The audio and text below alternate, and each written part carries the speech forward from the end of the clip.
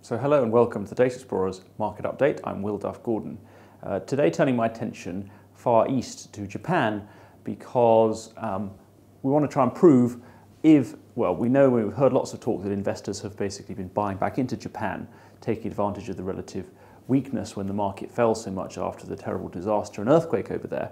But which types of investors were buying into Japan, and can we really prove that?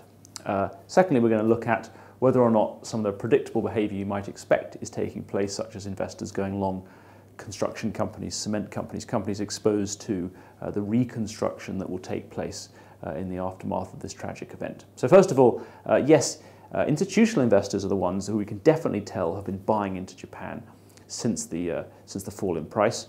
Prior to the earthquake, they typically owned, they actually owned 10.5% of the Nikkei 225. That then fell to 9.8% and then rebounded higher than where it started to 11.25% post-earthquake and has continued to be above 11%, i.e. pre-disaster, international funds who lend, they owned around 10.5%, they now own 11%, so they own a little bit more. It's not massive, but we are talking huge numbers here for that kind of percentage movement. So not so much retail investors, but it's definitely the professional institutional fund managers who've gone long Japan.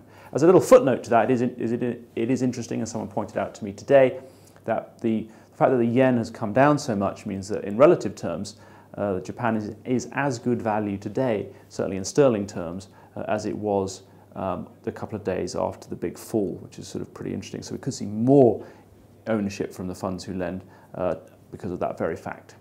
Now things aren't quite as they seem in the construction sector. We'll start with some steel companies. In actual fact, this is actually a saviour for some of the steel companies. Nippon Steel, for instance, has been having a very tough time. Its shares have been on a pretty downward trajectory. Sorry, a bit of a tongue twister there. But in the last couple of weeks, actually, institutional investors have started buying Nippon Steel, and the small amount of short interest has been coming down. So kind of that could be, people think maybe it's going to turn a corner now and do well from selling lots of steel into this reconstruction effort. If we look at one called Nippon Yakin Kogyo, apologies for butchering the pronunciation, that has short interest falling. It's still 4%, which is not insignificant, but the institutional ownership is very recently rising a lot, and they basically do stainless steel, rolled steel products. So they are due to turn around and do a lot better.